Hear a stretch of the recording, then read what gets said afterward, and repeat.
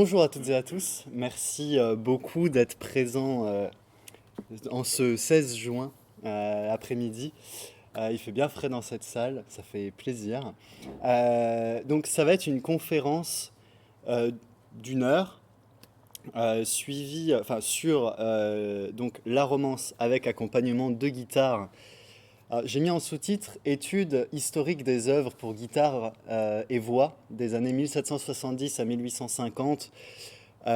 C'est assez large, on verra plusieurs choses en fait de qu'est-ce que la romance, euh, quel est son style, son histoire et la guitare finalement à cette époque, quelle place elle prenait et comment est-ce que on accompagnait la voix, quelles techniques pouvaient être utilisées.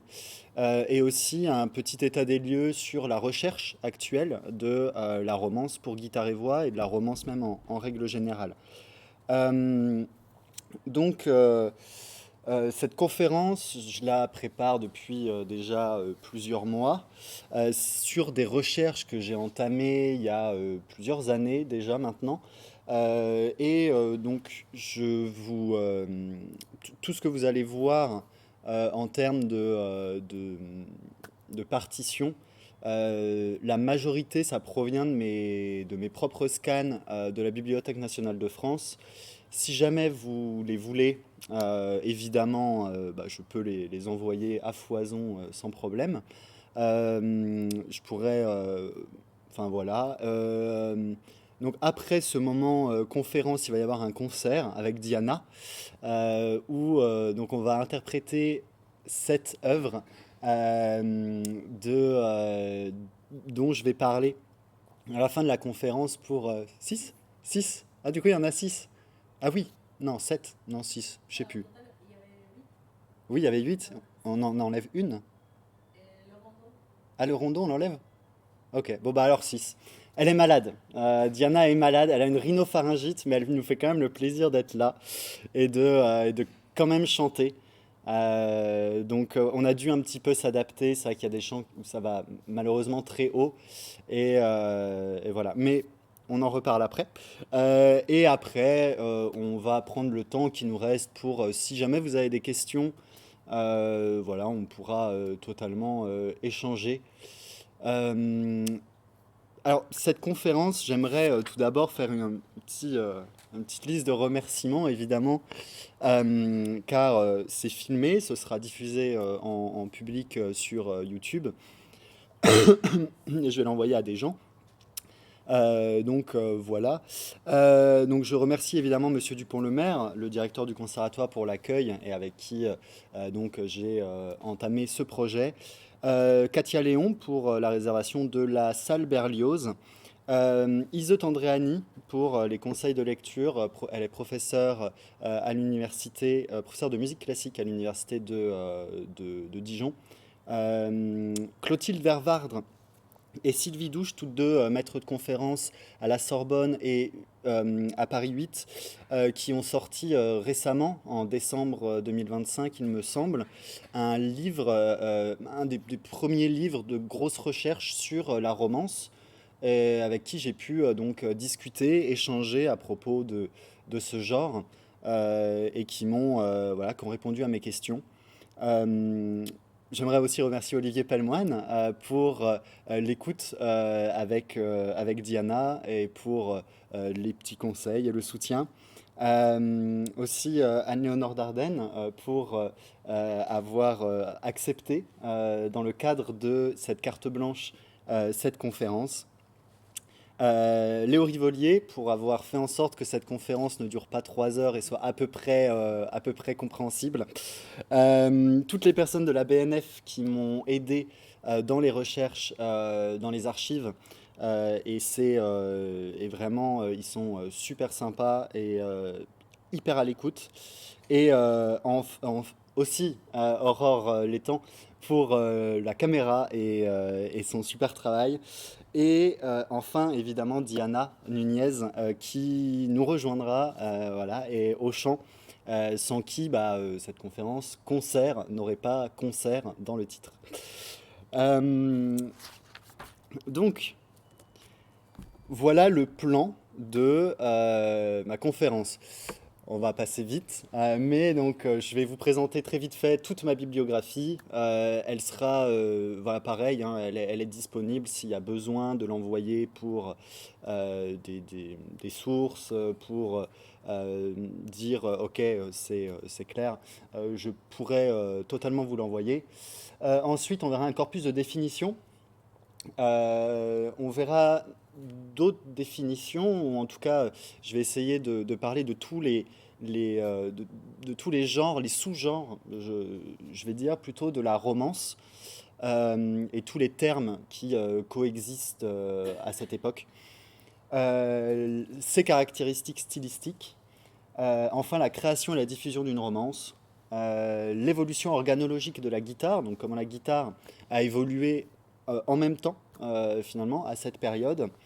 On va vite fait parler aussi de la présence des arrangements pour guitare dans la vie musicale des salons. Et enfin, en dernière partie, je vais présenter les œuvres qu'on va jouer avec Diana et vous donner des petites clés, des pistes. Je vais vous montrer les partitions et puis je vais vous voilà, éclairer un petit peu aussi pour votre écoute et comprendre euh, ce que l'on fait et pourquoi est-ce que ces pièces sont pourtant intéressantes malgré qu'elles soient oubliées.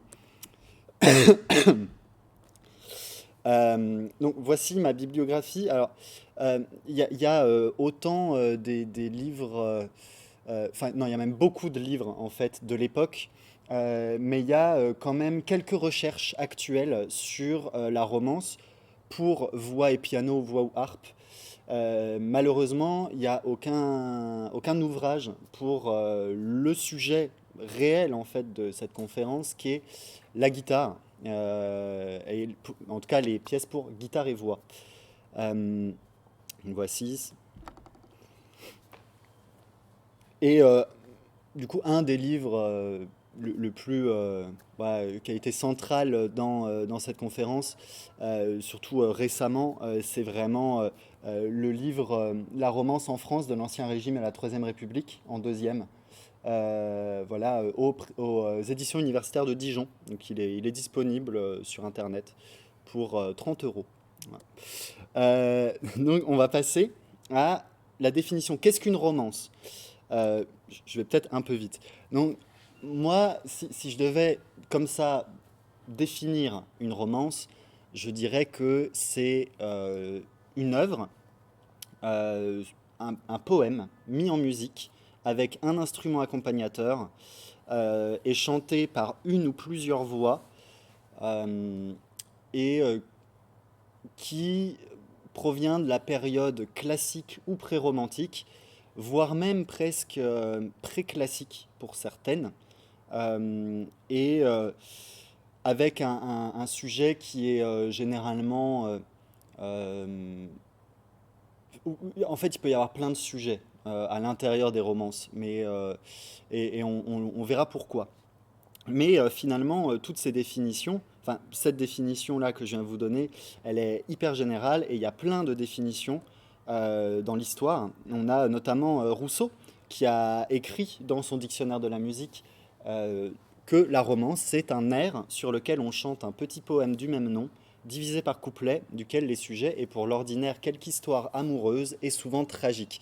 La définition n'est pas complète, on passera sur la suite dans le style. Euh, donc voilà. Alors, c'est une définition intéressante parce que Rousseau, il a composé des romances et pour le coup, c'est peu connu.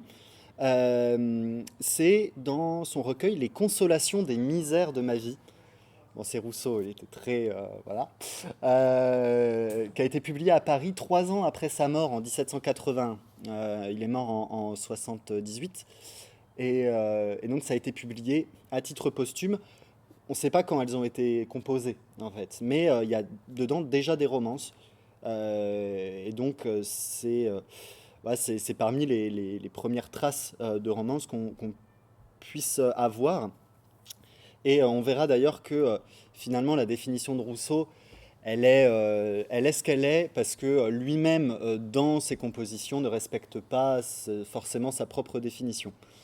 Marmontel dit: c'est communément le récit de quelque aventure amoureuse. Son caractère est la naïveté, tout doit être au sentiment.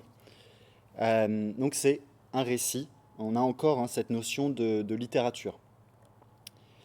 J'ai pris ces deux définitions qui finalement se complètent sur le Centre national de ressources textuelles et lexicales sur Internet, qui est une très bonne référence. Donc il y a une définition littérature et une définition musique.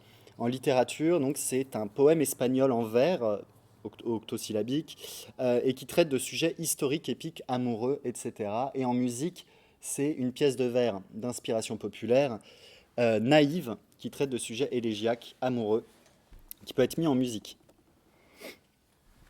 Lord Schnapper dit dans Chanter la romance que le mot romance tire peut-être son origine du terme espagnol romancero. C'est vrai qu'on a un flou sur l'origine du terme romance, parce qu'avant il désignait donc le poème. C'était le poème qui s'est appelé romance en premier, qui après a été mis en musique, mais ce terme de romance finalement n'a rien à voir avec le romantisme au sens musical du terme, ça proviendrait potentiellement de ce romancero. Et d'ailleurs, c'est pas vraiment du XVIIIe siècle, j'ai approfondi mes recherches, c'est plutôt vers le XVIe siècle en fait que le romancero est déjà populaire en Espagne.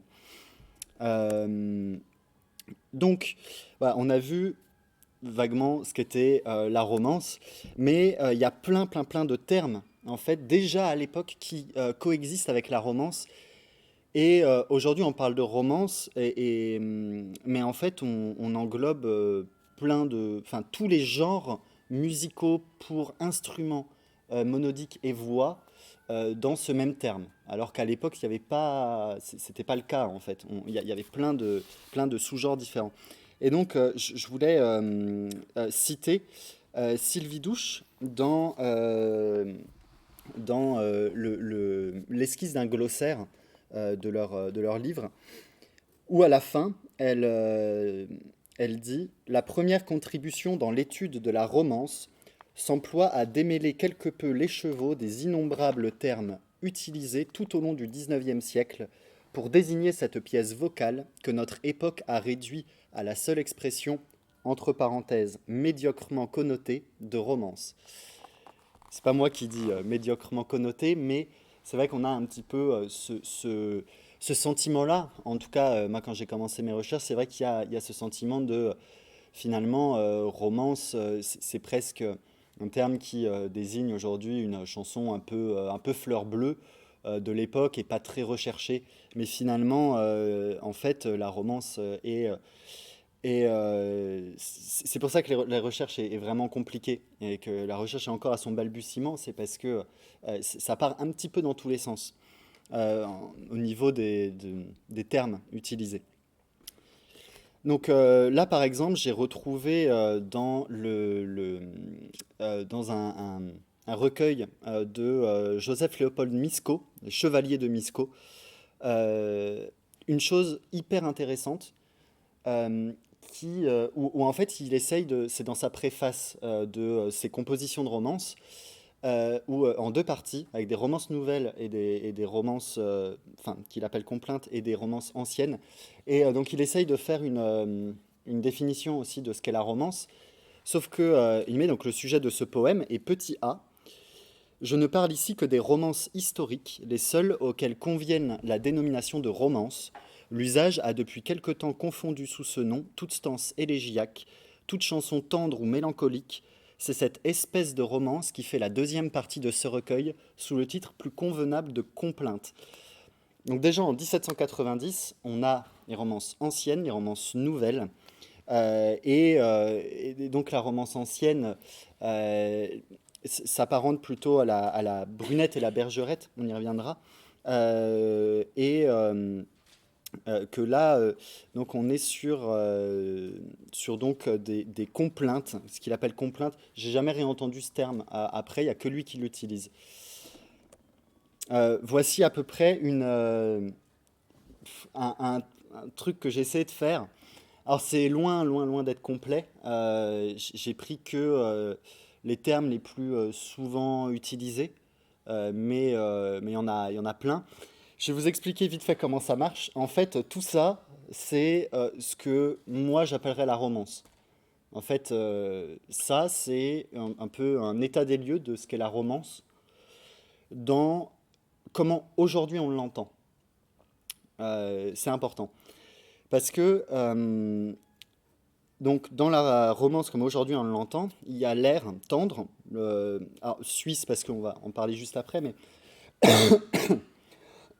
et c'était d'ailleurs à la mode à l'époque, des petites mélodies suisses. Il y a aussi le terme de mélodie qui est employé. Donc là, je parle pas tellement de la mélodie française qui apparaît après, aux alentours des années 1850, qui, elle, s'inspire du lied allemand. Donc là, non, c'est pas le même type de mélodie. Euh, et donc ça, c'est des termes ultra génériques, mais il y a aussi les termes de romance. Dans l'hypergenre qu'est la romance, il y a la romance, où il peut y avoir bluette, d'autres termes qui désignent, en fait, qui sont juste synonymes de romance. Mais sinon, on utilise principalement le terme de romance. Et la romance peut, elle, être divisée en plein de sous-genres, qui est dialoguée, nouvelle, ancienne. Donc là, par rapport aux dates de composition ou le style de composition, on peut très bien avoir des romances anciennes qui sont composées dans les années 1800. Et on peut très bien avoir des romances nouvelles, au contraire, euh, qui ont été composées en 1787. On en verra une qui est très connue d'ailleurs. Euh, et on a aussi la romance nocturne. Alors la romance nocturne, c'est des romances à plusieurs voix, à deux voix ou plus. Hein, d'ailleurs, il y a même des romances pour chœur. Enfin voilà, assez improbable. De l'autre côté, il y a la chanson aussi. Et la chanson, elle, est un peu moins naïve. Et elle est aussi, avec plein de sous-genres à l'intérieur d'elle, la chansonnette, le vaudeville et la chanson bachique, entre autres. Le vaudeville et la chanson bachique, c'est un peu à part parce que généralement, c'est pas forcément accompagné d'un instrument. Et c'est vraiment des chansons de table qu'on va chanter après le repas ou pendant l'apéro. Alors que la chansonnette, en fait, c'est un peu comme la romance, sauf que ça parle de sujets enfin moins légers, je dirais. Car la romance, vraiment, là, en fait, c'est tous les styles de la romance. C'est soit des termes utilisés à l'époque, en gris, pardon, soit des termes utilisés à l'époque, soit des termes utilisés par des musicologues. Euh, c'est un peu voilà, des styles d'écriture. Ça va toujours être en rapport avec le poème, avec ce qui est dit dans la romance. Donc la romance, elle peut être larmoyante, pastorale, sentimentale, mais aussi traditionnelle, héroïque, d'aventure, mythologique, occasionnelle. Occasionnelle, ça va être pour des occasions précises. On a des romances pour des mariages, pour des baptêmes, pour le moment du coucher. Euh, et euh, la chanson, pour le coup, elle aussi peut être traditionnelle, héroïque, d'aventure, etc. Mais elle est aussi grivoise, sexuelle, sociétale, humoristique ou morale. En fait, la chansonnette, c'est un peu une romance qui dénonce aussi. On peut avoir souvent ça. C'est une romance qui est moins naïve. On a vu avant le terme de naïf qui est beaucoup utilisé à l'époque pour expliquer la romance. Et en fait, là, c'est du coup un peu son antithèse. C'est l'antithèse de la naïveté de la romance. J'espère que c'était clair. Parce que c'est hyper compliqué en fait, hein, tous ces termes. Donc là, maintenant qu'on a vu à peu près tout, j'aimerais parler un petit peu du style de la romance et finalement, qu'est-ce qui la caractérise et comment on la chante. C'est presque un début d'étude sur la performance practice, sur l'étude historique de l'interprétation. Il n'y a pas vraiment de mot français pour performance practice. Donc, Jean-Jacques Rousseau, on revient dans son dictionnaire de la musique, pour compléter la définition qu'on a vue avant, nous dit, euh, c'est très très long, donc on va prendre que les choses surlignées qui sont intéressantes. La romance doit être écrite dans un style impie, donc là on parle de l'écriture, touchant et d'un goût un peu antique. L'air doit répondre au caractère des paroles, point d'ornement. Très intéressant, parce qu'on va voir après justement ce point d'ornement, et aussi l'air doit répondre au caractère des paroles. Alors je suis allé loin dans cette phrase et dans le mot de répondre, parce que finalement le mot répondre correspond au mot correspondre, et on verra dans une des pièces qu'on joue que c'est pas le cas. Et donc ça remet aussi en question cette définition qui date de 1767. Et on verra, en fait, c'est pour ça que ça a évolué en fait depuis 1767. Donc, chaque couplet ajoute quelque chose à l'effet des précédents, l'intérêt augmente insensiblement. Et que tout accompagnement d'instruments affaiblit cette impression. Mais Thiebaud nous dit, donc, il faut un sujet heureux, donc ça c'est encore une autre caractéristique de la romance. Mais lui, pour le coup, sur les couplets, le nombre de couplets, il dit qu'il faut plutôt le diviser en quatre couplets. Et cette notion de quatre couplets ou de trois couplets revient énormément.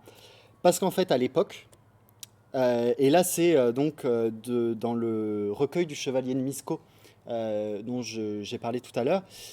Donc on a une pièce en deux parties, bipartite, une partie majeure, une partie mineure. Et on a 31 couplets. Ce qui est absolument... Ah ouais, ouais, non mais c'est dingue. C'est 31 couplets. Et c'est pour guitare et voix. En vrai, j'aimerais bien un jour la jouer, si tu veux. J'aimerais bien un jour la jouer juste pour me dire, ok, combien de temps est-ce que ça prend en fait? J'en ai aucune idée. Combien de temps on peut... Enfin, et c'est vraiment, y a cette notion de... On raconte une histoire plus qu'on joue de la musique finalement. Et ça revient à ce goût antique dont parle Rousseau, où finalement là on est presque plus proche du troubadour ou du trouvère que de vraiment du joueur de musique dans le salon. Euh, donc on a vu ça. Par rapport aux ornements dont Rousseau parle aussi, où il nous dit non, point d'ornement, là Fétis nous dit dans ses curiosités historiques de la musique, il n'y a pas la date, j'ai oublié de mettre la date et je ne l'ai pas en tête, mais c'est au milieu du siècle, ça doit être 1850 je pense. Donc beaucoup plus tard, hein, quasiment un siècle après. Et là, il le dit à propos de Garat. Garat, c'était le chanteur de romance le plus connu en France. Et donc, Fétis dit de lui que sa richesse d'imagination dans les ornements qu'il introduit dans les romances leur donne un prix qu'elles n'ont point lorsqu'elles sont chantées par d'autres. Donc là, on sait, donc on a une preuve que, en tout cas, à cette période-là, il y avait évidemment des ornements dans les romances. Euh, et par rapport au style plus pragmatique, j'ai parlé de la romance dialoguée. En voilà des exemples. Et donc là aussi, on remet en cause cette notion d'instrumentation qui finalement viendrait alourdir le discours ou le rendre pas clair hein, ou pas compréhensible, selon Rousseau. Finalement, on voit bien que les compositeurs, non, ils aimaient l'instrument, ils en mettaient, parce qu'on a des romances dialoguées où il y a un violon, en plus de la guitare et de la voix, de Vidal. Il en a composé beaucoup, voilà, des romances dialoguées pour violon et guitare.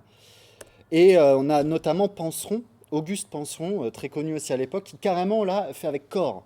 Donc le corps, c'est quand même pas l'instrument non plus le plus discret et qui laisse forcément le plus de place à la voix. Donc voilà. Et là, on est avec Panseron, on est en 1830, 1820-1830. Vidal, c'est un peu plus vieux. Vidal, c'est les années 1790. Voilà. Donc parlons un petit peu de la création et de la diffusion d'une romance et finalement comment une romance, qui l'a créée, comment elle se crée, comment elle se diffuse, par quels moyens qui achète des romances. Donc là, je vais vous montrer deux exemples pour montrer qu'une romance est à la fois une création solitaire qu'une création de plein de gens. En fait, il y a pas de règles vraiment sur qui fait une romance, combien de gens sont derrière, où est-ce qu'elle est publiée. Il y en a partout en France, il y en a des milliers chaque année. C'est vraiment énorme. Il me semble que j'ai vu justement dans le livre de Sylvie Douche et Clotilde Vervarde que c'est à peu près 20 000 par an dans les pics de mode de romance. C'est 20 000 par an qui sortent des nouvelles, ce qui est énorme. C'est colossal. Pour guitare, pour le coup, on ne sait pas. On n'a pas de statistiques vraiment sur la part de qui, enfin de quelles instrumentations il y a dans ces romances. Donc là, on a le bonsoir de Mademoiselle Véniard, qui est compositrice, mais aussi éditrice, guitariste, parolière, et qui finalement bah, fait tout elle-même. Là, on a donc le bonsoir, la chanson dédiée au beau sexe, et ça d'ailleurs c'est très intéressant parce que chanson dédiée au beau sexe, finalement, il y avait des romances qui étaient plus pour telle ou telle catégorie de population. Et généralement, c'était indiqué. On avait par exemple des romances pour jeunes filles, où on évitait de dire trop n'importe quoi. Voilà, et dans certains journaux. Donc là, elle fait tout elle-même. Paroles, musique, elle le vend du coup chez elle. Alors l'imprimerie, j'imagine que c'est pas elle. Là, il me semble, il n'y a pas marqué qui est l'imprimeur. Mais là, on est sur, pour parler d'un point de vue technique de comment on trouve les romances. Là, ça c'est ce qu'on appelle un feuillet en format à la française. Donc un format à la française, c'est une feuille A4 qu'on vient mettre en format paysage, dont on va presser dessus, on va la plier en deux. Et du coup, c'est des petits feuillets comme ça. Donc, voilà. Et là, on a, euh, on a pour le coup, là, c'est une page plutôt A3. Et on est un peu plus tard. Enfin, il y a eu aussi une évolution de l'imprimerie à cette époque. Mais donc, on a une mélodie suisse où là, on a un arrangement de mélodie populaire suisse, où on ne sait pas du coup qui l'a écrite, mais ça a été arrangé par Massini, je ne vais pas dire le prénom parce que je ne m'en rappelle plus, euh, avec des paroles pas traduites, mais réécrites par-dessus la mélodie, de Amable Tastu, une grande écrivaine de l'époque. Un accompagnement de guitare fait par Leduy, euh, Al- pareil, Adolphe Luduy ou Alphonse. Un problème avec les prénoms, qui est un très très grand guitariste de l'époque aussi. Et c'est publié chez Schoenberger. Donc là, on a au moins quatre personnes qui ont travaillé dessus. Et on peut en plus en imaginer une cinquième avec une version où au lieu de la guitare, c'est du piano. Donc là, on va faire appel à un pianiste, à un arrangeur pour piano, pour en plus réarranger pour piano. Parce que finalement, on vendait ces œuvres en magasin de musique, mais aussi on les envoyait chez des gens qui étaient abonnés à des journaux de musique et qui pouvaient choisir leurs arrangements avec, bah, s'ils étaient guitaristes, bah, ils choisissaient les chansons avec accompagnement de guitare, ou avec accompagnement de piano, ou avec accompagnement de harpe. Euh, et euh, et c'était envoyé directement chez soi. Voilà. Et il y avait des journaux. Enfin voilà, voilà, il faut que j'y pense. J'ai fait un petit recueil enfin, un recueil, non, plutôt un tableur de tous les feuillets que j'ai pour parler un petit peu des éditeurs, parce qu'on est en plein boom des éditeurs à cette période classique. Et en fait, généralement, on parle souvent des mêmes éditeurs à cette époque, Corbeau, Porot, alors que il y en a en fait énormément. Et la preuve, c'est que dans les feuillets que j'ai réussi à récolter, bah, finalement, j'ai 36 éditeurs différents sur 64 feuillets, dont 15 de Bruet N. J'ai pas son prénom malheureusement, mais d'ailleurs il est dijonnais.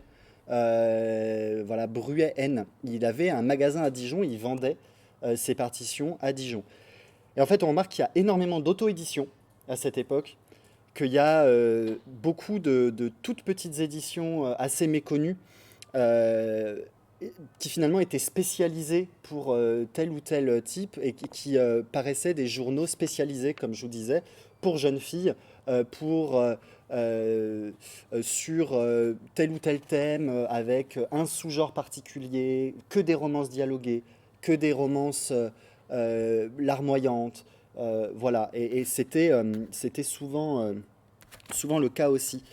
Voilà, à peu près. J'ai passé assez vite parce que ce serait long de absolument tout analyser dans le détail. Tac, je vais me remettre comme ça. Ça va me remettre au début, évidemment, il me semble. Oui, bien sûr. Donc, on va passer à la suite sur la guitare. Parce on a parlé de voix, on a parlé de style, mais finalement, la guitare est hyper importante dans cette diffusion de la romance, euh, car la romance en même arrive du coup dans cette période de 1760-70 jusqu'à 1830, 1850, pardon, en même temps qu'une évolution majeure pour la guitare, où elle passe de 5 cordes avec 4 chœurs et une chanterelle, qui est souvent utilisée dans l'orchestre baroque, ou alors dans des petites formations, mais qui est surtout un rôle rythmique, beaucoup, parce qu'elle a une attaque saillante, c'est un son assez percussif, à 5 cordes, toujours, mais simple, euh, à partir des années, enfin, au milieu du 18e. C'est assez compliqué d'ailleurs de trouver vraiment les dates précises parce que voilà, comme Monsieur de Montalembert le dirait, l'histoire n'est pas est fait de moments de coupure, mais aussi dans la longueur. Voilà, c'est beaucoup plus compliqué que juste une année précise. Et elle prend sa sixième corde, donc une corde en plus, la corde de mi, euh, à peu près en 1800, 1790, on a les premières traces de lithographie, mais en fait, une lithographie, ça veut rien dire. On sait, pareil, on ne sait pas vraiment. Et je me suis posé cette question, en fait, en y réfléchissant et en voyant tout ça, c'est quel rôle la romance et la mode de la romance, parce qu'il faut vraiment bien se dire que le genre de la romance était vraiment à la mode, tout le monde en jouait, partout. Aussi bien le peuple que tout en haut dans l'aristocratie, on le verra. Donc il y a eu la mode de la romance, et quel rôle finalement cette mode a joué dans l'évolution de la guitare pour prendre justement un corps plus harmonique que percussif, et avoir aussi cette sixième corde qui permet d'avoir aussi des fondamentales sur certaines des tonalités les plus communes, qui est donc le ré mineur, mais où sa relative est le fa majeur. Et le fa majeur, ben, il faut un fa en bas sur la corde de mi. Alors c'est peut-être des détails techniques pour les non-guitaristes, c'est peut-être compliqué, mais on y reviendra quand je vais vous expliquer les pièces qu'on va jouer. Euh, voilà, j'ai pas de réponse, c'est vraiment ouvert à la discussion. Et je pense que je vais vraiment continuer les recherches pour essayer de comprendre un peu ça et cette société à cette époque-là. Donc voilà, là c'est une lithographie dans un recueil de pièces pour guitare où on parle de guitaromanie à l'époque. Et la guitaromanie, c'est vraiment dans l'Europe entière, pas que en France, mais vraiment dans l'Europe entière, la guitare va prendre, enfin voilà, va être à la mode. Et en même temps que la romance. Et donc c'est pour ça aussi qu'il y a énormément de romances pour guitare et voix. Et donc, un peu qui est venu en premier, voilà, c'est dur à savoir. Mais je trouve ça intéressant de vraiment lier ces deux modes. Je pense qu'il y a vraiment un lien. Par rapport à voilà, l'évolution de cette guitare, là, on a une partition assez dingue où il y a à la fois une tablature et à la fois une partition solfégique. Euh, J'imagine pour selon ce qu'on savait lire, parce qu'on revient quand même de que la tablature et les guitaristes finalement, il y en a beaucoup, peut-être les plus anciens, les vieux, finalement ils savent pas lire les notes, ils lisent que la tablature. Mais pour ceux qui peuvent aussi lire les notes, eh ben, on a les notes. Et du coup, c'est la même chose, mais écrit du coup des deux manières. Et d'ailleurs, on remarque que là, la guitare, elle a 5 cordes. Si on prend la tablature, il y a 5 traits qui correspondent aux 5 cordes. Euh, et là, un petit peu plus tard, aux alentours des années 1800, je sais pas trop. Enfin, c'est sûrement au tout début de l'Empire, sûrement vraiment au tout début de l'Empire de Napoléon Bonaparte. On a notamment cette pièce qu'on va interpréter, j'y reviendrai plus en détail, mais on a le petit nota où il y a marqué les notes ayant un 8 se font à l'octave en bas sur la lyre ou guitare à 6 cordes. Voilà, on pense aux gens qui sont en guitare 5 cordes, mais aussi à ceux qui sont en guitare 6 cordes. On va du coup mettre le petit 8 pour dire que c'est à l'octave. Et donc c'est justement cette guitare, c'est très intéressant parce que Carulli a fait l'harmonie appliquée à la guitare, qui est un recueil pour aider les guitaristes à arranger des pièces pour piano ou orchestre et voix pour leur instrument, pour la guitare. Et il dit un peu plus tard dans son avertissement, je ne sais plus si c'est là, mais oui, voilà, les limites qui m'étaient tracées par la nature de l'instrument. Voilà, on sait que la guitare est limitée au niveau de sa capacité à arranger. Et malgré l'évolution organologique à cette période. Et donc l'arrangement, tout le monde en fait, on en a vraiment besoin. Parce que il y a beaucoup de romances aussi où il n'y a que la mélodie. On trouve beaucoup ça, où il n'y a que la mélodie. Et c'est à nous d'improviser ou d'écrire notre propre accompagnement. Et donc, lui dit dans son avertissement, et j'aimerais juste avoir une petite réflexion sur ce qu'il va dire, parce que je trouve ça étonnant, je l'ai vu nulle part ailleurs. En même temps, c'est le seul qui fait vraiment ce genre de travail. Mais donc, il dit qui n'a point, en effet, ressenti plusieurs fois le désir de faire un accompagnement à quelques morceaux qui en étaient dépourvus ou d'arranger à la guitare un accompagnement de piano ou d'orchestre. À la campagne, en province, où l'on est éloigné des secours de toute espèce qu'offre la capitale, ce besoin se fait sentir encore plus vivement. C'est étonnant, en fait, qu'il parle de campagne. Apparemment, on aurait plus besoin d'arranger pour la guitare en campagne qu'à la capitale.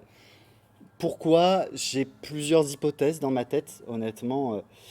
Honnêtement, j'ai pas de vraie réponse. Mais potentiellement que c'est plus dur de trouver des partitions pour guitare, ou alors que c'est tout simplement plus dur de trouver des partitions, et donc on prend celle qu'il y a déjà, et même si c'est pas pour notre instrument, donc faut arranger. Ou alors que c'est peut-être plus difficile d'avoir des professeurs en campagne qui nous apprennent. D'où le but d'avoir des méthodes qui, pour le coup, c'est pour, c'est finalement, c'est en autodidacte les méthodes. Excusez-moi, Je suis malade aussi. Euh, et, euh, et donc, dans cette méthode, pour donc apprendre à arranger, il nous donne, il est super, franchement, pour tous les guitaristes, lisez-le parce que ça apprend plein de choses, ou pour ceux qui veulent faire des arrangements. Euh, donc là, il donne des formes d'accompagnement pour, selon dans quel caractère a la musique et quelle vitesse. Voilà, donc on a plein de formes d'arpèges qui sont très utilisées. Parce que la guitare, au final, l'accompagnement à la guitare, c'est énormément que des arpèges. C'est quasiment que ça. Et ça peut d'ailleurs être une des raisons qui explique pourquoi est-ce que peu de guitaristes s'intéressent aussi à ce genre. C'est parce qu'en fait, on ne fait pas grand-chose. Et voilà, on fait des arpèges surtout. De temps en temps, on a des contre-champs, une petite ritournelle instrumentale au début pour voilà, habituer l'oreille à la mélodie, mais en fait, on fait rien. C'est quasiment tout le chanteur qui fait. Voilà. Et oui, donc Carulli aussi, à peu près pour qui c'était. Et c'est un guitariste qui est venu à Paris, qui était super populaire. Aujourd'hui, il nous a laissé les méthodes les plus utilisées encore aujourd'hui dans l'apprentissage de la guitare. Et en fait, il était un énorme arrangeur. La majorité de son œuvre, c'est des arrangements, et notamment euh, dans un journal. C'était pas le seul journal dans lequel il travaillait, mais il y en a un, c'est au Troubadour, de l'Élu, au journal du Troubadour. L'Élu, c'était un ami à lui, et l'Élu, c'est un des plus gros éditeurs aussi de l'époque. Et c'est notamment lui, celui qui a fait les hymnes de la franc-maçonnerie. Voilà, il était très haut dans la franc-maçonnerie. Et donc, enfin, c'est assez dingue, c'est des personnes hyper importantes. Mais pour autant, c'est la seule œuvre que j'ai réussi à retrouver de ce journal. Il y en a des centaines. J'ai jamais réussi à les localiser ni à les retrouver. Ça va être un de mes buts là prochainement d'essayer de retrouver des traces du journal du Troubadour de l'Élu où il y a tous les arrangements de Carulli. Voilà. Et donc, je vais, pour terminer cette conférence, vous donner des clés pour le concert qui arrive. On va chanter donc 6 pièces. On en avait préparé 8 on s'excuse vraiment de la non-possibilité d'en faire plus.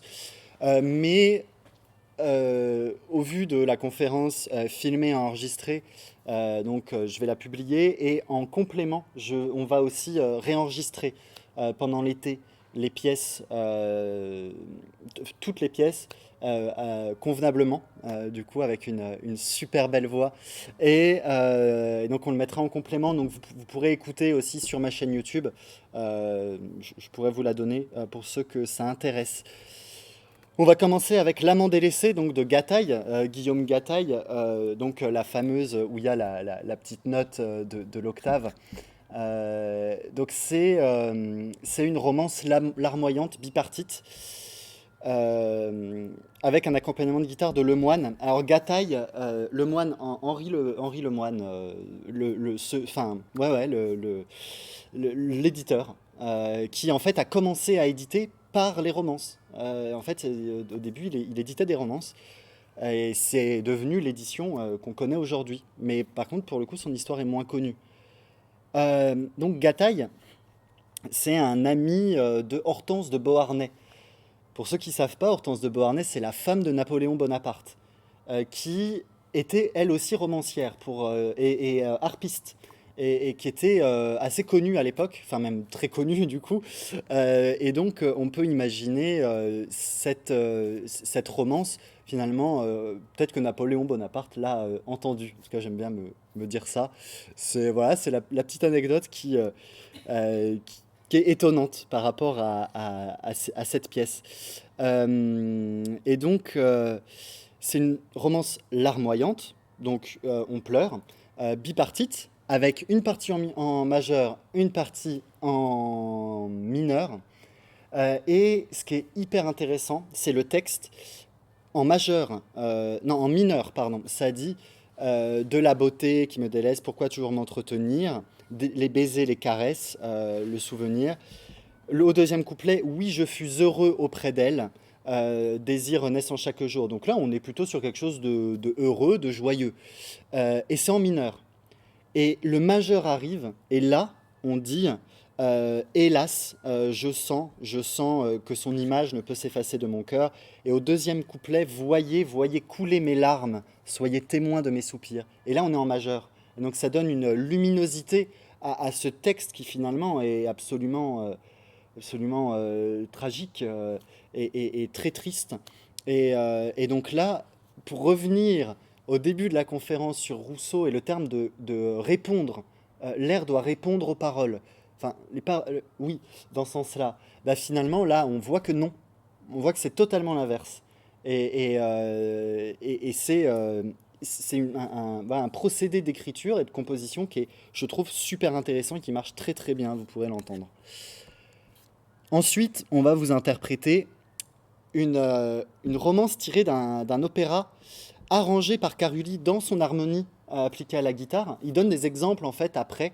Donc là, on a la partie de piano et lui, il l'a arrangé pour guitare. Et c'est une romance assez drôle, vu que la voix, elle fait que trois notes. Sol, la, si. Voilà, c'est pas bien compliqué. Du coup, je vais la chanter aussi avec Diana pour vous montrer. Parce qu'en fait, faut savoir aussi, pour revenir avec sur qui chante la romance, ben, en fait, on a des écrits qui attestent que il pouvait y avoir dans des salons des concerts avec des gens qui chantent des romances, mais en fait, ils chantent super mal. Mais les gens s'en fichent, parce qu'ils sont pas là pour la beauté du chant, mais plus pour le discours qui est prononcé. Enfin voilà. Voilà, donc c'est de Henri Berton, qui est professeur au conservatoire de composition au Conservatoire de Paris. Ça a été paru en 1820, hein, l'opéra Corisandre. Voilà. Ensuite, donc, on va passer au Berger inquiété. Donc, ça fait partie du recueil de Mademoiselle Cherbourg, pareil, enfin ça c'est aussi totalement inédit. J'étais super content de l'avoir trouvé à la BNF parce que franchement c'est assez dingue parce qu'on a le terme de romance qui est dit et pourtant on est vraiment sur une bergerette en fait. Dans le terme bergerette ou de l'époque baroque en fait c'est un peu l'ancêtre de la romance. Mais on a déjà ce terme de romance. Malheureusement, il n'y a pas de date sur ce recueil. Donc je ne sais pas quand est-ce qu'il a été fait. Et donc on va vous interpréter ça. Euh, Mademoiselle Cherbourg, évidemment, j'ai rien trouvé sur elle, malgré qu'elle est décrite comme maîtresse de guitare sur la préface. Donc elle était professionnelle, maîtresse de guitare à Paris. Pourtant, aucune info, rien, comme malheureusement beaucoup de compositrices de l'époque et de professionnels, de femmes professionnelles. Et encore plus avec le nom homonyme d'une ville. Alors là, c'est mort. Voilà. Il y a aussi une chose, c'est que pour l'interprétation, là, j'ai plus, pareil, c'est précis, mais pour l'interprétation, je me pose beaucoup de questions par rapport à quelle guitare donc, a été utilisée, parce que ça peut changer selon la scordature, donc comment était accordé l'instrument dans les chœurs doubles. Eh ben, potentiellement, on pouvait avoir un sol qui était là à la basse au lieu du si, et pour les cadences, finalement, on sent qu'il manque une fondamentale. C'est tout le temps un accord. En fait, c'est 5-1, mais on a toujours 5-1, mais le 1, il est pas à la quinte, mais en fait, c'est une sixte. Et du coup, il manque vraiment cette fondamentale. Euh, et, euh, et, et, et donc, c'est écrit comme ça sur la partition de solfège, mais finalement, si on lit la tablature, bah, ça se trouve, c'est pas vraiment ce qu'on entend en fait, ce qui a marqué. Compliqué. Mais d'ailleurs, je parle de ça depuis le début, mais il y a un truc hyper intéressant où j'ai passé des heures pourtant à travailler dessus. Et c'est Olivier qui me l'a fait remarquer, mais il y a une chose très très drôle sur cette partition qui se trouve juste là. C'est une clé de sol et une armure à, bah, pour la tablature, ce qui est totalement inutile en fait. Et voilà, je trouve ça drôle. Euh, c'est sûrement une erreur d'édition en fait, mais c'est marrant. Ou alors c'est parce qu'ils savaient pas comment faire. Ils étaient perdus avec ces trucs ces changements des gens où tout le monde lit différemment la musique. Ensuite, on va vous interpréter deux pièces de Maria Malibran. J'ai passé vite sur Maria Malibran, c'est la sœur de Pauline Viardot, grande compositrice pour piano et voix, qui nous a laissé des romances. Mais d'ailleurs, les romances que vous allez entendre, en fait, on a que l'arrangement de Messonnier, on n'a pas les originales. Voilà, c'est intéressant. Et donc, donc, arrangé par Messonnier, qui était un grand arrangeur et éditeur de l'époque. Il a beaucoup de sous, beaucoup de sous. Et, et donc ces pièces, en fait, sont à chaque fois, il y a une lithographie. Donc là, je vais mettre enfin, je vais pivoter, ça sera mieux. Voilà, on a là une lithographie avant la tarentelle. La tarentelle, c'est une danse. Et donc là, on a bah, finalement la danseuse de tarentelle, la guitare et le tambour qui était traditionnel dans cette danse de la tarentelle. En fait, ce choix d'avoir des lithographies entre chaque œuvre qui décrit un petit peu bah, l'œuvre suivante, c'est apparemment Hortense de Beauharnais qui aurait euh, été la première à faire ça, où elle composait des romances, écrivait les textes, et en plus, entre chaque romance, elle peignait à l'aquarelle elle-même aussi une lithographie. Donc voilà, vraiment, tout maison là aussi, pour le coup, elle était très très forte, Hortense de Beauharnais. Alors, on va pas vous interpréter l'aventure remarquable de Tristan de Launay, alors que pourtant c'est une super pièce, mais ça va très très haut. Donc pour Diana, c'est un petit peu compliqué. Mais c'est une œuvre où là, on est sur des romances pourtant assez anciennes, parce que franchement, c'est pas plus tard que 1810, pour sûr. Et c'est quand même une musique d'Amédée de Beauplan, avec un accompagnement de guitare de Porot. J'ai parlé tout à l'heure de Porot, donc c'était un des éditeurs les plus connus. C'est aussi un des guitaristes de l'époque les plus connus. Et apparemment, il était très très fort. Et Amédée de Beauplan, c'est le romancier le plus connu. Donc là, on a un peu la Dream Team de la composition de romance. Et franchement, elle est mais incroyable. Elle est vraiment très très belle. Il y a plein de choses qui se passent.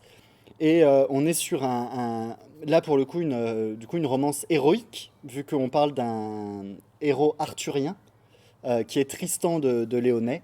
Le texte est très drôle et il y a une chute à la fin, enfin très drôle. Pour l'époque, je pense que l'humour à l'époque c'était sûrement très drôle, mais étant donné qu'on on dit que enfin, c'est Tristan, il y a un chevalier, il prend sa femme, enfin la femme plutôt part avec un autre chevalier. Tristan recroise ce chevalier, et Tristan il est avec son chien, voilà, et puis l'autre chevalier lui dit ah tiens je veux ton chien aussi. Et du coup Tristan lui dit ok, eh ben, c'est le chien qui choisit. Et en fait le chien, et à la fin la phrase finale c'est le chien suit Tristan. Et donc voilà, on est sur le thème de la fidélité, qui est un thème vraiment à la mode à l'époque. C'est vrai que enfin, c'est pas forcément de très bon goût aujourd'hui, mais voilà, c'est une romance donc avec chute. Voilà, donc il y a vraiment plein de styles, hein, de romances différentes. La romance nouvelle, donc là on est en 1787-86 dans les étrennes de Polymnie.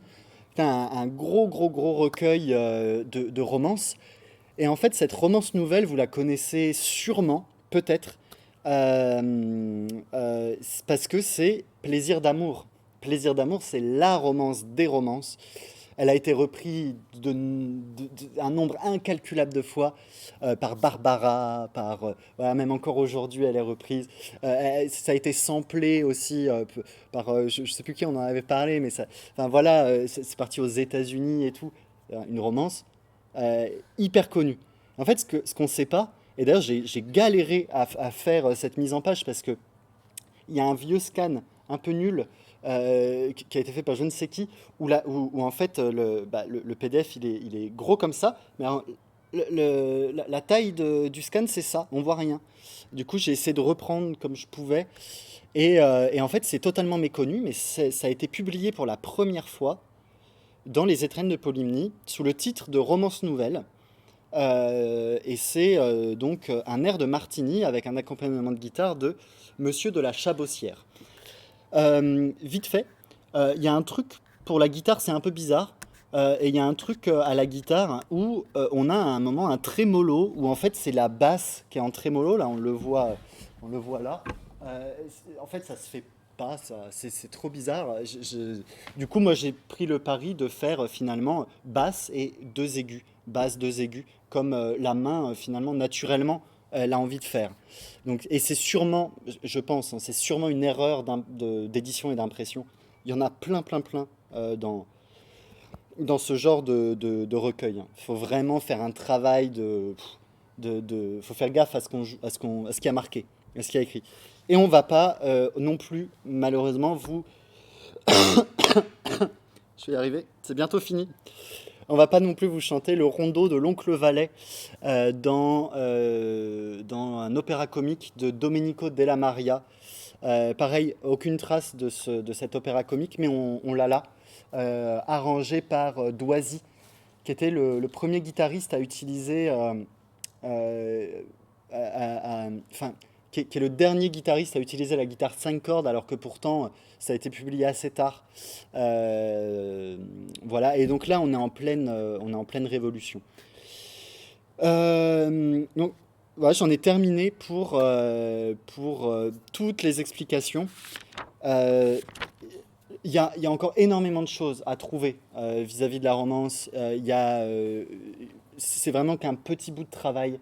J'ai je pense, bien un millier au moins de partitions dans différents formats, que ce soit en feuillet ou surtout dans des livres et dans des journaux. Mais en fait, c'est un travail absolument colossal parce que, comme je vous disais au tout début, pour l'instant, rien n'est vraiment fait, donc j'essaie voilà, de contribuer à ma petite manière à la redécouverte de ce genre. Si jamais vous avez des questions, bah, n'hésitez pas. Après le concert, on aura un moment d'échange. Toute question est bienvenue, de remarques, même sur ce que j'ai pu dire, ou si vous avez mal compris certaines choses. Voilà. Et on va faire une toute petite pause aussi, histoire que je me réhydrate et d'installer, de prendre la guitare, de se réaccorder. Comme ça, vous pourrez aussi vous hydrater, reposer aussi le cerveau parce que c'était hyper dense. Et je voulais terminer cette conférence déjà en remerciant encore une fois toutes les personnes que j'ai remerciées au début. Vraiment, c'était super. J'ai pris un plaisir immense à travailler sur ce sujet.